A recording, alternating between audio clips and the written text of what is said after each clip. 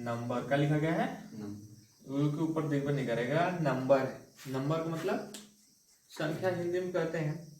इसका यूज क्या है, जैसे मेरी भाषा क्या है, कोई भी अगर हम लैंग्वेज बोलते हैं तो उसमें दो चीजें होती हैं, एक नंबर्स आते हैं और एक वर्ड आते हैं, मतलब वर्ड शब्द आ सकते हैं और नंबर्स आते हैं। और वर्ड में क्या होते हैं, अक्षर से बने होते हैं। तो जितने भी इंग्लिश अल्फाबेट्स होते हैं या हिंदी के अल्फाबेट्स होते हैं वो होते हैं, और पूरा नंबर्स होता है। और उन नंबर्स में क्या होते हैं कि पूरा जो होता है 0 होता है, 1 होता है, 2 होता है, 3 4 5 6 7 8 9 ये होता है, और A to Z होता है, और आज जो भी हो हिंदी में, ठीक है ना, आहर तक आप लेके चले जाएं। ठीक, फिर उसके बाद आपके पास आ जाता है क टू ज्ञान तक, ठीक है ना, क से ज्ञानी तक जो होता है ये होता है। और भी कुछ ग्रीक वर्ड्स आ जाते हैं, ग्रीक अक्षर आ जाते हैं, उसको भी इंक्लूड किया जाता है। तो पूरी भाषा इन्हीं से हो जाती है, यानी कि इतने नंबर है 0 से लेकर 9 तक, इन्हीं से पूरा संख्याएं बनती है, ठीक है ना। पूरी संख्या इन्हीं से मिलकर बनती है, और डेसिमल्स में हो, फ्रैक्शंस में हो, क्या किसी चीज में हो। तो हम पूरा जानने वाले हैं कि पूरा होता क्या एक्चुअली में, नंबर्स क्या होता है, नंबर्स का यूज कहाँ पर है। तो जब हम कहीं पर भी कोई भी चीज गणना करते हैं, किसी चीज की काउंटिंग करते हैं, यानी गिनना, यानी कि काउंटिंग करना, मतलब गिनने को इंग्लिश में काउंटिंग करना कहते हैं। तो जब किसी भी चीज को काउंटिंग किया जाता है तो हम नंबर्स में ही बताते हैं, ठीक। और उन नंबर्स के बारे में अगर हम गणित पढ़ रहे हैं तो नंबर्स के बारे में जानकारी होना बहुत जरूरी है। तो अब हमारे पास जो 9th से स्टार्ट होता है, तो 9th में आपका संख्या पद्धति, यानी इससे पिछली कक्षाओं में भी दिया रहता है, लेकिन 9th से 10th 11th 12th इसमें अगर संख्याओं का नॉलेज नहीं है तो इससे रिलेटेड जो भी क्वेश्चंस आने वाले हैं या हर एक में होता है वो हम अच्छे से नहीं कर पाएंगे। तो इसलिए पहला क्लास है, तो इसलिए हम नंबर सिस्टम से स्टार्ट करते हैं।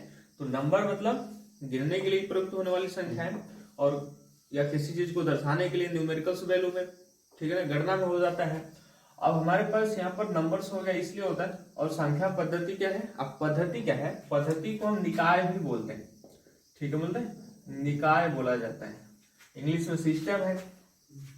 तो सिस्टम का मतलब क्या हुआ, सिस्टम आप किसी भी चीज पर अगर काम करना प्रारंभ कर देते हैं, जैसे मान लीजिए आप साइकिल बना रहे हैं, साइकिल का चेन उतर गया, आप उसको बना रहे हैं, तो आपका एक सिस्टम हो गया, ठीक। बर्तन का सेट हो गया, ठीक है, मतलब एक सिस्टम हो गया, पूरा सिस्टमेटिक तरीके से अगर कोई काम हो रहा है तो उसी को हम सिस्टम बोलते हैं, निकाय बोला जाता है। मतलब किसी भी चीज पर आप कुछ भी कार्य करना स्टार्ट कर दें वह एक सिस्टम तैयार हो जाता है, ठीक। जैसे स्कूल चला रहे हैं तो स्कूल का सिस्टम है, बफर सिस्टम है, ठीक है ना, कुछ भी खाने का सिस्टम वहां पर नहीं सही था, यानी कि जिस पर भी आप काम करना स्टार्ट कर दें वो हमारा क्या बन जाता है, सिस्टम। यानी कि उसको निकाय भी किया जाता है, बहुत जगह पर हमको निकाय भी दिखने के लिए मिल जाता है, ठीक।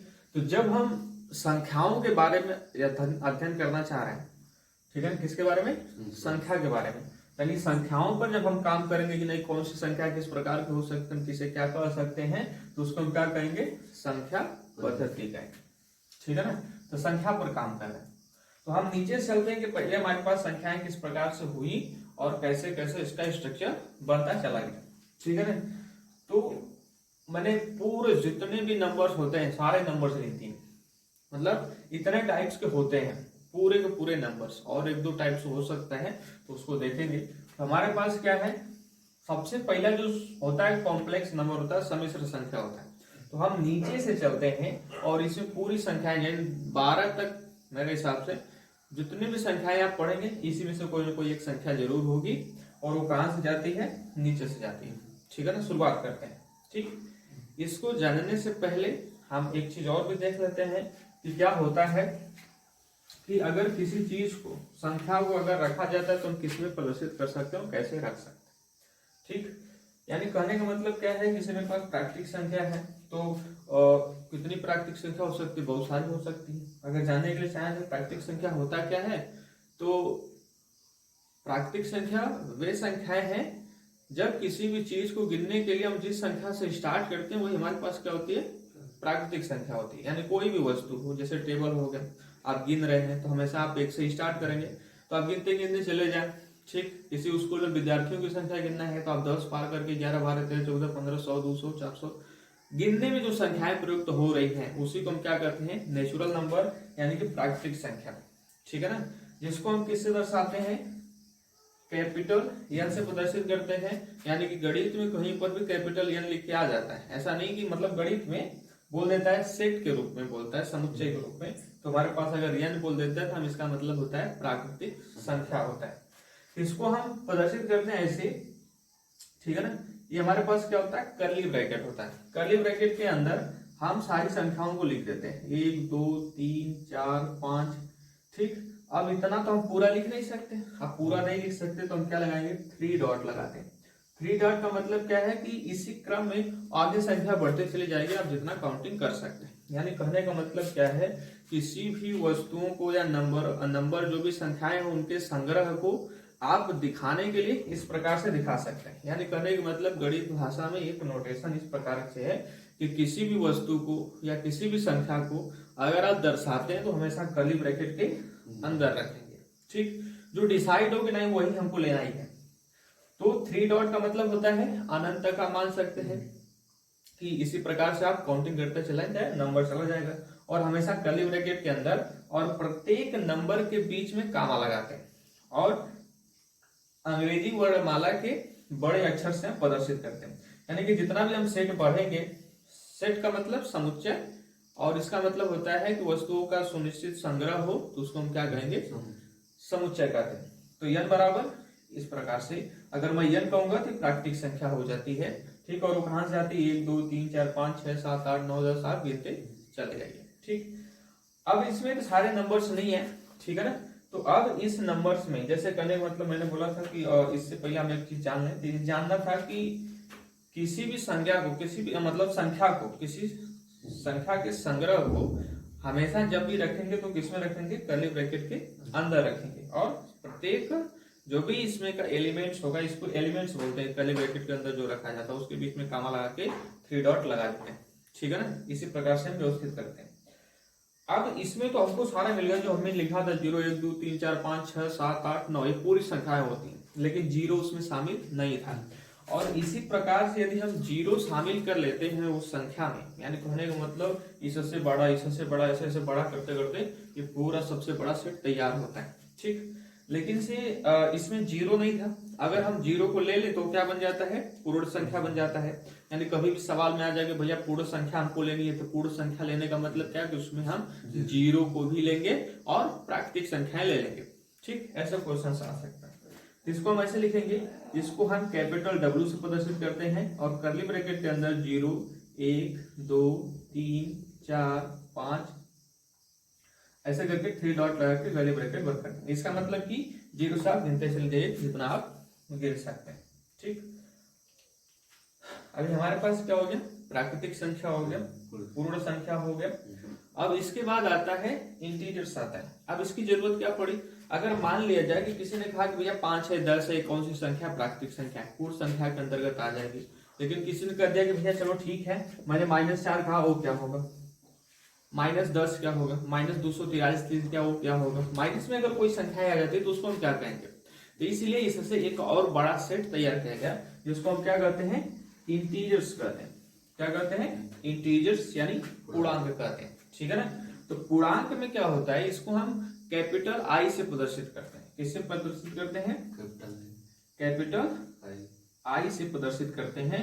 और इसमें क्या हो जाता है कि इस सेट में कि ये जो हमारे पास प्राकृतिक संख्या है या आप होल नंबर्स बोल सकते हैं, ठीक है ना। प्राकृतिक संख्या का ऋणात्मक भाग भी होता है और प्राकृतिक संख्या भी होती है और उसमें शून्य भी होता है, तो उसको हम इंटीजर्स कहेंगे, ठीक है ना, पूर्णांक। अगर आप इसका विच्छेद करें, ठीक है ना, अलग अलग करें तो पूर्ण अंक, यानी कि ऐसा हो कि वो पूर्ण अंक में हो और उसके आगे चिन्ह जाए जो कुछ हो सकता है, ऋणात्मक धनात्मक कुछ भी हो। तो इस प्रकार से जो सेट बनेगा उसको हम कहेंगे पूर्णांक। तो 0 1 2 3 इसी प्रकार से आप चलते चले जाइए। फिर इसी प्रकार से हमारे पास क्या हो जाएगा, -1 -2 -3 3 डॉट करते हुए इस प्रकार से सेट तैयार हो जाएगा। इसको हम क्या कहेंगे, पूर्णांक कहेंगे।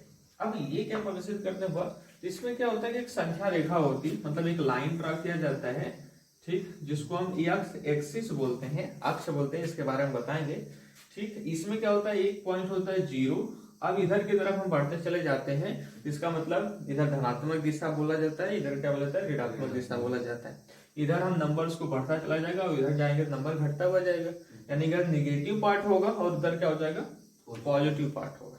ठीक, इस प्रकार से इसी शेप को इसी प्रकार से रिप्रेजेंट किया जाता है इसमें कर्ली ब्रैकेट के अंदर। ठीक, अब जो हमारे पास इंटीजर्स हैं वो इंटीजर्स किस प्रकार हो सकते हैं, तो जो इंटीजर्स हैं वो भी 3 टाइप्स के हो जाते हैं। ठीक है ना, अगर उसको हम कैटेगराइज करें, अलग अलग करें तो कितने प्रकार हो जाएंगे, 3 प्रकार के हो जाएंगे। पहला प्रकार इसमें क्या है, पॉजिटिव इंटीजर्स यानी धनात्मक पूर्णांक है। ठीक, धनात्मक पूर्णांक करने का मतलब क्या हुआ कि इसको हम i+ से दिखाते हैं। किससे दिखाएंगे, i+ से दिखाएंगे, और उसमें क्या हो जाएगा कि सभी प्राकृतिक संख्या को हम रख लेंगे, 1 2 3 4 5 6 ऐसे से चला जाएगा। ठीक, शून्य पूर्णांक क्या होता है, ये तो 0 को देखते हैं तो इसको दर्शाने कोई मतलब नहीं है, ये हमारे पास क्या होता है, केवल शून्य होता है, 0 को ही हम क्या कहते हैं, शून्य पूर्णांक कहते हैं। ठीक, निगेटिव इंटीजर्स है, निगेटिव इंटीजर्स को हम दिखाते हैं i- से। ठीक, और ये जो होता है वो कहाँ चला जाता है, -1 -2 -3 इस प्रकार से अनंत तक, इस प्रकार से क्या होता है, ये निगेटिव इंटीजर्स होता है। ठीक है ना। अब इंटीजर्स 3 टाइप्स में पॉजिटिव इंटीजर्स यानी धनात्मक पूर्णांक, जीरो इंटीजर्स यानी शून्य पूर्णांक, फिर उसके बाद नेगेटिव इंटीजर्स यानी ऋणात्मक पूर्णांक। अब इसमें क्या है कि ये पॉजिटिव इंटीजर्स भी 4 प्रकार के होते हैं। आपने देखा होगा कि बोल देता है सम संख्या, विषम संख्या, भाज्य संख्या, अभाज्य संख्या, तो इसमें भी कंफ्यूजन होता है किसको हम कहें किसको ना कहें, तो इसलिए हमने इसको दे दिया है कि धनात्मक पूर्णांक को ही बांटा। मैं चाहता हूं तो प्राकृतिक संख्या को 4 भाग में बांट देता, मैंने पूर्णांक को बांटा, मतलब इसमें भी हो सकता है नेगेटिव पार्ट भी आ सकता है, इसलिए मैंने इसको बांटा। ठीक है ना। तो जो हमारे पास क्या है, ये पॉजिटिव इंटीजर्स या इंटीजर्स के अंतर्गत क्या हो जाएगा, ये 4 भाग में बढ़ता है। ठीक है ना, किसी संख्याओं को हम किस नाम से जान सकते हैं, तो 4 प्रकार से होता है, जिसमें से पहला क्या है, इवन नंबर है जिसको हम सम संख्या कहते हैं, ऑड नंबर है विषम संख्या, कंपोजिट नंबर यानी भाज्य संख्या, प्राइम नंबर यानी अभाज्य संख्या। अब ये सम संख्या क्या होती है, विषम संख्या क्या होती है, भाज्य संख्या क्या होती है, अभाज्य संख्या क्या होती है। ठीक है ना। अब इसको हम कैसे प्रदर्शित करते हैं तो उसको हम देख लेते हैं। ऐसे बोला जाता है कि सम संख्या वे संख्याएं होती हैं जो 2 से डिविजिबल होती हैं, यानी कि 2 से अगर आप कोई भी ऐसी संख्या हो जिसमें आप 2 से भाग लगाएं तो पूर्ण रूप से कट जाए। ठीक है ना, यानी विभाजित हो जाए, उसको हम क्या करते हैं, सम संख्या करते हैं। और इस सम संख्या को हम प्रदर्शित करते हैं 2n से। ठीक, ये क्या है, सम संख्या है। ठीक, सम संख्या बराबर क्या, 2n, जहां n क्या है मेरे पास, एक नेचुरल नंबर हो सकता है। ठीक है ना, या तो आप इंटीजर्स ले सकते हैं कोई भी। ठीक, मैं इंटीजर्स लिख लेता हूं। ठीक है ना, क्या ले लूं, इंटीजर्स ले लूं, वो क्या हो जाएगा हमारे पास 2n, n belongs to integer. ठीक है ना, तो हमारे पास सम संख्या, यानी कहने का मतलब कोई भी ऐसी संख्या हो जिससे आप 2 से डिविजिबल करें। मेरे हिसाब से क्या होता है, धनात्मक ही होता है। ठीक है ना, यानी कि मैं यहाँ पर पॉजिटिव ले लेता हूँ, क्योंकि कोई भी चीज ऋणात्मक में नहीं होती है। ठीक है ना, वो काउंटिंग नंबर दर्शाने के लिए नहीं, ये ऋणात्मक भाग है वो दर्शाने के लिए होता है। पॉजिटिव चीजों का आप भाग कर सकते हैं। ठीक है ना, उसमें आप भाग दे सकते हैं, 10 भाग 20 भाग। और माइनस में मैं कौन सी चीज लेकर आऊंगा, इस हिसाब से क्या हो जाएगा कि सम संख्या क्या होगी, धनात्मक होगी, 0 भी उसमें सम्मिलित हो सकता है। तो जहां मेरे पास क्या है, कोई भी संख्या आपके पास है इसमें से, ठीक है ना, इसमें से या 0 को शामिल कर लें, इसमें से कोई भी आप संख्या ले लें, आप 2 से भाग लगाएं। ठीक, अगर वो पूरा कट जाता है तो क्या होगा, सम संख्या होगा, जो कि इस प्रकार से होगा। अब भाई हमेशा n belongs to positive integers के लिए हमेशा ये क्या होगा, 2 से कट जाएगा। तो पॉजिटिव इंटीजर्स में ये 0 क्या है, पॉजिटिव होता है और निगेटिव होता है, दोनों भी आप कंसिडर कर सकते हैं, कोई उसका मीनिंगलेस है, उसका कुछ मतलब नहीं निकलता है। तो ये 2n के रूप का रहेगा। अगर कहीं पर भी 2n अगर हमको सम संख्या लिखना होता है तो हम 2n लिख देते हैं और n को इंटीजर्स बता देते हैं, क्योंकि ये हमको 2 से पूरा कट जाएगा। ठीक, ऑड नंबर की बात करें तो विषम संख्या, तो विषम संख्या क्या होती है, जस्ट इसी का विपरीत होती है। ठीक, जो 2 से पूरी तरीके से विभाजित नहीं होती। ठीक है ना, यानी कि अगर आप 2 से विभाजित करते हैं तो कंफर्म है कि इसका जो रिमाइंडर होगा वो कितना होगा, 1 होगा। ठीक, इसको हम ऐसे लिखते हैं 2n + 1। इसमें भी क्या है, जहां n बिलोंग्स टू क्या हो जाएगा, इंटीजर्स हो जाएगा पॉजिटिव, उसमें शून्य को भी हम शामिल कर सकते हैं। ठीक है ना। तो हमारे पास ये क्या हो गई, विषम संख्या हो गई जो 2 से पूरा पूरा विभाजित नहीं होगा। मतलब क्या है कि ये बताने का मतलब है कि अगर हम गणित आगे बढ़ाते हैं तो ये सारी चीजें जानकारी रहेगी तो हम अच्छे तरीके से कर पाएंगे, इसलिए मैं बता रहा हूँ, नहीं तो कुछ और बता देता जाता। ठीक है ना।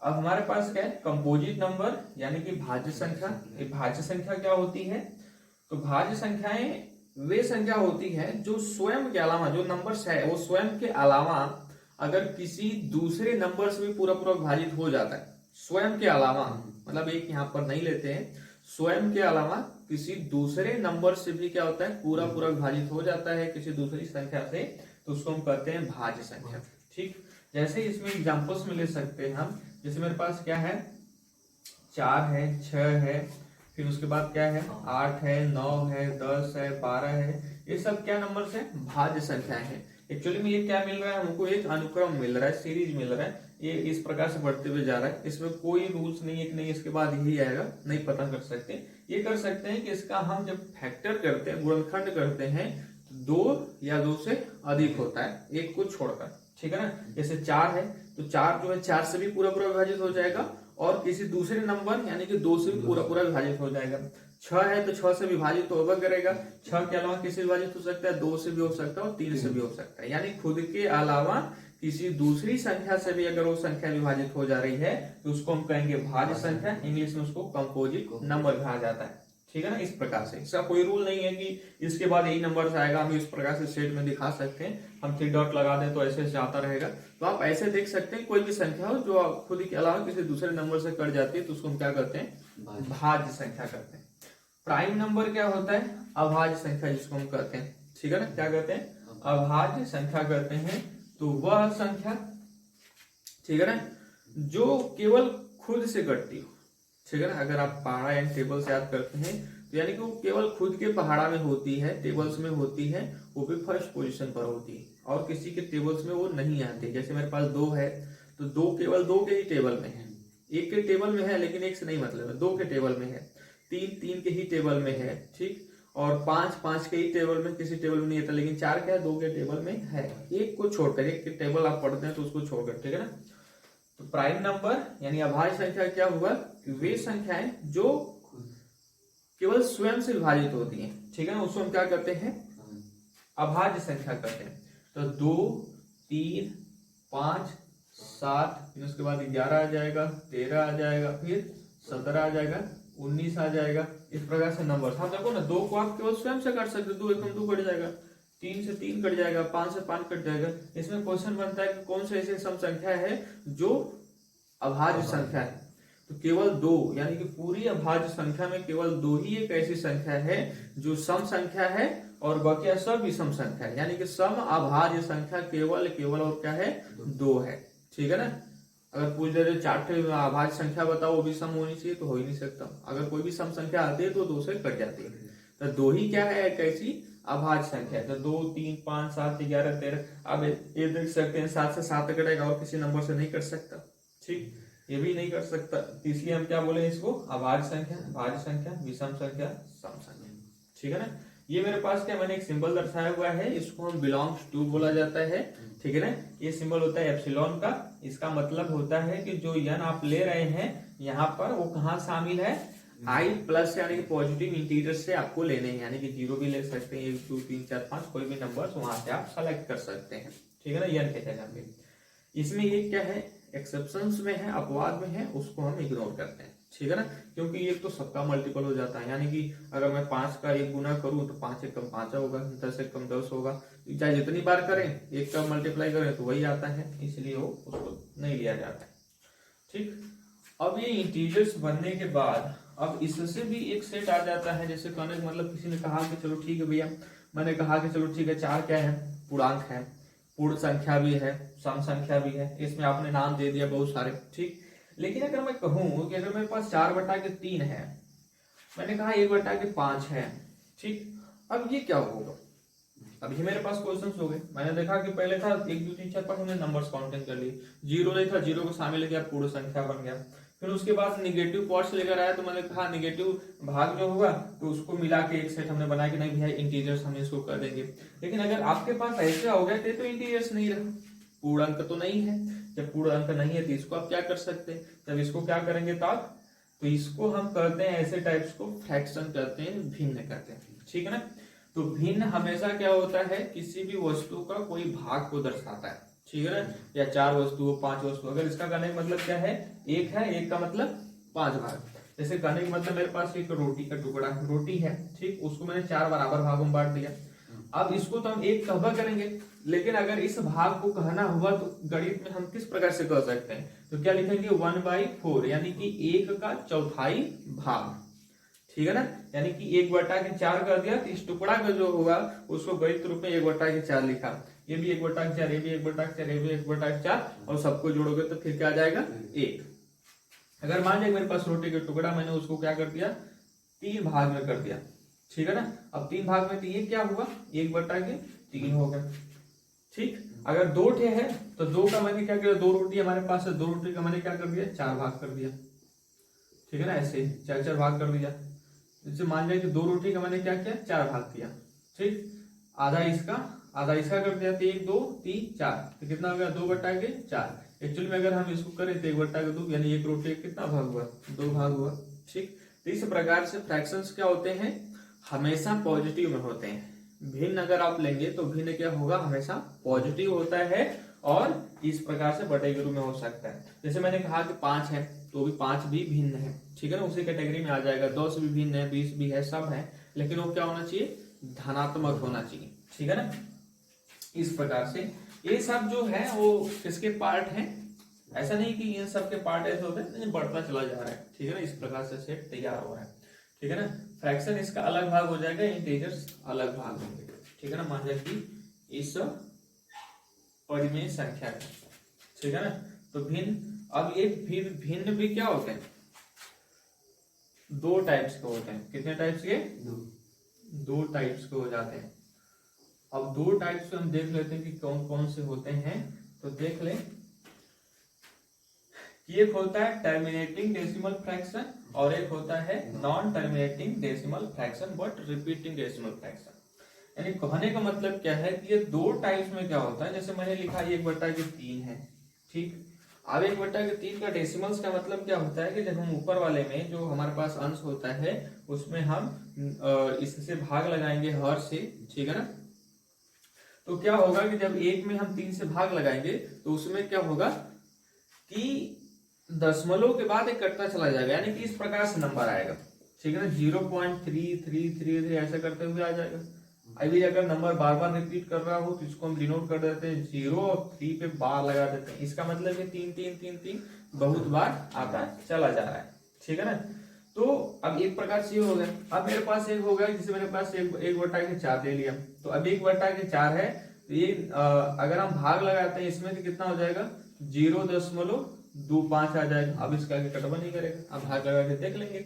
तो अब देखो कि एक प्रकार से होगा कि ये हमारे पास क्या टर्मिनेटिंग डेसिमल फ्रैक्शन यानी कि शांत दशमलव वाली भिन्न, मतलब ऐसे भिन्न जो क्या हो शांत हो, मतलब किसी दशमलव के बाद किसी अंक के बाद क्या हो 2 अंक 3 अंक 4 अंक बाद क्या हो जाए 10 अंक बाद भी शांत हो सकते हैं, ठीक है, मतलब रुक जाए और फिर आगे न बढ़े तो उसको हम कहते हैं शांत दशमलव वाले भिन्न, ठीक। और शांत दशमलव भिन्न जैसे इस टाइप्स को हो गया, ठीक। अगर वो क्या कर रहा है अपने नंबर्स को बार बार दोहराता हुआ चला जा रहा है, या 2 अंक के बाद 3 अंक के बाद फिर अपने नंबर को रिपीट कर रहा है, तो क्या हो जाएगा अशांत होगा, ठीक है ना। अशांत, बट क्या करेगा रिपीट करेगा अपने नंबर को, या एक अंक पर ही रिपीट करना चालू कर दे, या 2 अंक पर रिपीट कर दे, या तो 3 अंक पर 6 अंक पर 7 अंक पर जितने अंक को मतलब अंक पर वो क्या कर सकता है रिपीट कर सकता है। जिसकी रिपीट करने मतलब उसको पुनरावृत्ति हो सकता है, यानी दोहरा सकता है अपने अंकों को, ठीक। लेकिन इसमें शांत हो जाएगा, ये अशांत हो जाएगा। अब आप कोई भी अगर आपके पास भिन्न है तो कैसे बता सकते हैं कि ये शांत है और ये अशांत है। तो इसके लिए छोटा सा लॉजिक ये होता है कि बस खाली आपको ये चेक करना होता है कि जो हर होता है डिनोमिनेटर होता है उसमें क्या है, डिनोमिनेटर में हर में आपको ये चेक करना होता है कि उसके बटे में मतलब ये सरलतम भिन्न हो, यानी कि ऊपर और नीचे जो दोनों नंबर्स हैं उसमें कोई कॉमन फैक्टर न हो, ठीक है ना, उभयनिष्ठ गुणनखंड नहीं हो। और नीचे वाले को देखने के बाद अगर देखें तो वो उसमें क्या हो, दो हो, केवल दो के गुणज हो, या 5 के गुणज हो, या 2 या 5 के गुणज, दोनों के गुणज हो, तब तो वो क्या होगा, शांत दशमलव वाला होगा। क्या होगा, शांत दशमलव वाला होगा, जिसको हम ऐसे लिखते हैं 2 के पावर m और 5 के पावर n। अगर हर में यानी डिनोमिनेटर में क्या हो, 2 के पावर m इंटू 5 के पावर n, अगर इस रूप का है और यम n को आप बिलोंग्स टू कर सकते हैं, होल नंबर कर सकते हैं, ठीक है ना। आप जीरो भी रख सकते हैं, ठीक है ना, यहाँ पर जीरो रखें, जीरो रखें तो 1 हो जाएगा, ठीक, यानी वो क्या हो जाएगा, शांत दशमलव वाला होगा। या तो ये भी हो सकता है अकेले, या तो 5 हो सकता है, या तो इनके दोनों के गुणज हो सकते हैं, तब तो ये क्या होगा, शांत दशमलव वाला होगा। लेकिन ये ध्यान देने योग्य है, अगर मैंने 3/15 लिख दिया तो आप देखोगे ये 3 गुणे 5 है नीचे ना, 3 में मल्टीप्लाई है 5 का, यानी कि इसका फैक्टर करते हैं तो लेकिन ये क्या है, आप कहोगे कि सर ये तो इसमें 3 आ गया, ये तो क्या है, आसान है, लेकिन आसान तो नहीं है। इसका सरलतम रूप, जिसको यानी कि सिंपल रूप में अगर हम इसको कर दें तो अगर देखें तो कितना हो जाएगा, 1/5 और नीचे क्या आ गया 5। अब इसको आप 1 में 5 से भाग लगाएंगे तो क्या आ जाएगा, शांत दशमलव वाला हो जाएगा। तो इसको हम सरलतम रूप में करने के बाद इस रूप में चेंज करते हैं, अगर इस रूप का रहता है तो शांत है, अगर इस रूप का नहीं है, इन दोनों के अलावा अगर कोई दूसरा नंबर आ जाता है तो कहने का मतलब क्या हो जाएगा, वो अशांत हो जाएगा। इनको छोड़कर वह क्या कोई भी हार में आ जाए वो क्या हो जाएगा, अशांत हो जाएगा। ऐसा क्यों होता है कि इसमें क्या होता है कि अगर ये नंबर्स लेते हैं तो शांत हो जाता है। इसका मतलब ये है, इसका जो मल्टीप्लाई होता है वो क्या होता है, लगभग 10 आ जाता है, 0 आ जाते हैं। इससे क्या होता है, 10 डेसिमल्स हमारे पास राइट में या लेफ्ट में आसानी से बढ़ सकते हैं या घट सकते हैं। गुणा जैसे किया जाता है ऊपर नीचे, हम 100 का गुणा करते हैं, 1000 का करते हैं, दशमलव को इधर चेंज करने के लिए, तो इसलिए ये उस रूल से ये क्या होते हैं, फॉलो हो जाते हैं, ठीक है ना। ये हमारे पास क्या हो जाएंगे, फ्रैक्शन, दो टाइप के, शांत और अशांत। मैंने उसको बता दिया कि किस रूप का रहेगा तो शांत रहेगा, अगर इस रूप का नहीं हो तो क्या रहेगा, अशांत रहेगा, ठीक है ना, कोई भी नंबर हो जाए। अब इससे जो बड़ा सेट आता है जिसको हम क्या कहते हैं, परिमेय संख्या, ठीक है ना। ये बहुत ताकतवर है, यानी कि जितने भी हमने सारे पढ़े उन सब में क्या है, ये परिमेय संख्या ही है, यानी कि जितना आपने पढ़ा यहाँ से लेकर यहाँ तक, ठीक है ना, वो सब में क्या है, परिमेय संख्या, यानी ये सारी चीजें जो हमने पढ़ी वो सब परिमेय संख्या है। और इसको हम डिसाइड कैसे कर सकते हैं, कहीं कहीं डेफिनेशन कहते हैं कि p/q के रूप में लिख देते हैं, उसको हम परिमेय संख्या कहते हैं। अब इसी पे स्टॉप हो गए, आगे कुछ बोल बनाएंगे। तो बोलने का मतलब इसका फुल अगर डेफिनेशन देखें, इसको हम क्यों से प्रदर्शित करते हैं, किससे, क्यों से। और पूर्णांक को शायद जेड से भी प्रयोग किया जाता है, ठीक है ना, इस प्रकार से पूर्णांक को जेड से भी प्रदर्शित करते हैं, यानी कि इसको आप आर करके जेड भी लिख सकते हैं, यानी जेड से मतलब पूर्णांक होता है। यहाँ पर ये क्यों से प्रदर्शित किया जाता है, ठीक। परिमेय संख्या को कहा जाता है कि रेशनल नंबर यानी परिमेय संख्या वह संख्या जिससे को हम बटे के रूप में लिख सकते हैं, यानी कि जो p/q के रूप में हो, या मैं बोल देता हूँ a/b के रूप में हो, ठीक है ना, जो क्या हो a/b के रूप में हो, यानी a/b के रूप में हो, या जिसको हम इस रूप में लिख सकते हैं, यानी कि सारी संख्याएं क्या हो, इसी रूप में नहीं रहेंगी, जिसको हम a/b के रूप में हो, या तो हम a/b के रूप में लिख सकते हैं, ठीक है ना। अब इस प्रकार से जाएंगे, जो बटे के रूप में हो, ठीक, या तो उसको हम बटे के रूप में लिखते हैं, यानी कि उसको हम बटा पढ़ते हैं हिंदी में, या तो a/b होता है, a/b होता है, इस प्रकार से पढ़ लेते हैं। तो a/b के रूप में हो, या तो a/b के रूप में हम लिख सकते हैं, उसको हम क्या कहेंगे, परिमेय संख्या कहेंगे। अब इसमें a और b क्या है, ठीक है ना, a और b क्या है, तो a, b belongs to integers, ठीक है ना। बट लेकिन आप यहाँ पर क्या कर सकते हैं कि b नॉट इक्वल टू 0, और बकिया कोई भी संख्या ले लो आप, a b की जगह पर चाहे 10 रखो, 20 रखो, कुछ भी रखो, वो सब क्या होंगी, परिमेय संख्या होगी। लेकिन b को 0 नहीं लेना है, a b के जगह पर आपको क्या लेना है, पूर्णांक लेने हैं, चाहे वो धनात्मक हो, ऋणात्मक हो, 0 हो, कुछ भी लेना है, लेकिन b को 0 नहीं लेना है, ठीक है ना। क्योंकि आप 1/0, अब 0 में कितना से गुणा करोगे कि 1 आ जाए, ऐसा कोई नंबर नहीं हमारे पास डिफाइंड ही नहीं है, तो इसलिए इसको नहीं लिया जाता है। ठीक है ना। तो परिमेय संख्याएं वे संख्याएं जिसको हम a/b के रूप में लिख सकते हैं, कहीं कहीं पर p/q भी लिखा रहता है, तो p/q के रूप में लिख सकते हैं, या p/q के रूप में हो उसको हम क्या करते हैं, परिमेय संख्या कहते हैं।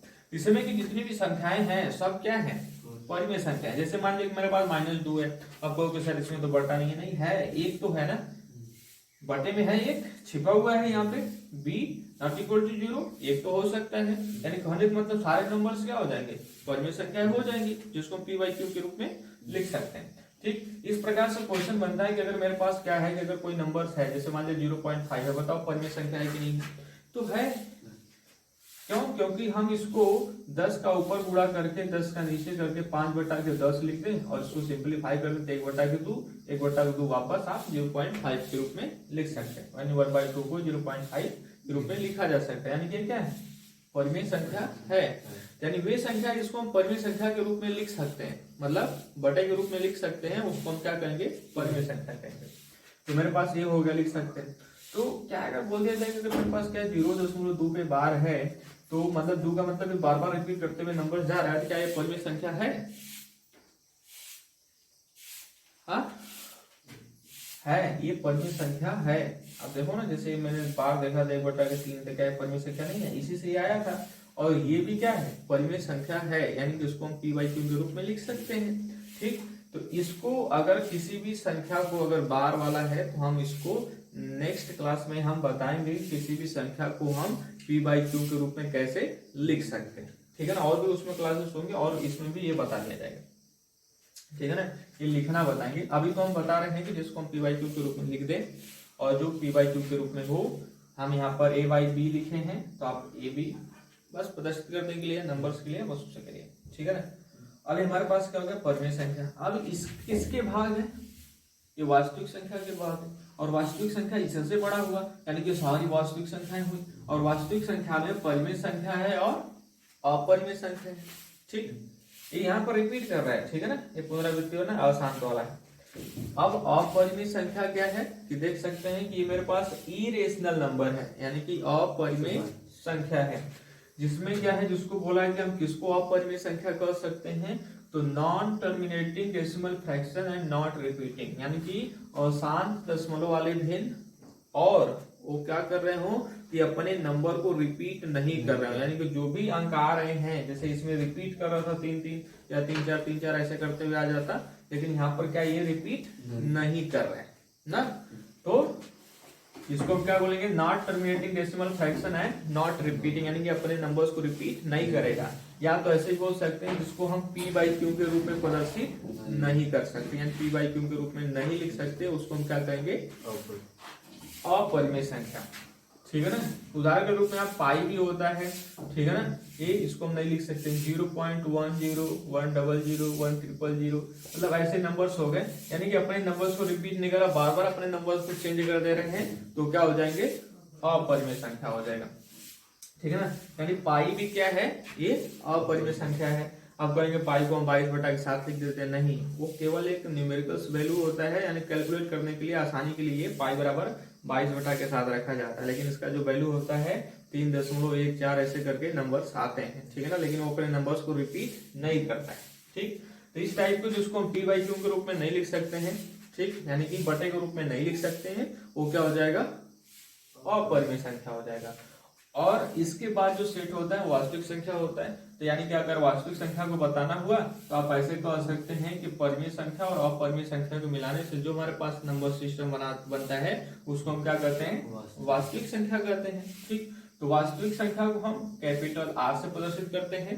ठीक, अब इसको प्रदर्शित करने के तरीके हमारे पास है, किसको हम कैसे दर्शा सकते हैं, तो ये हमारे पास ये पार्ट 2 जो होगा वो अगला होगा। ठीक है ना, इनमें थोड़ा सा बड़ा लेक्चर हो जाएगा, कैसे हम प्रदर्शित करते हैं, कैसे नोटेशन उसका हो सकता है, तो अगला क्लास रहेगा।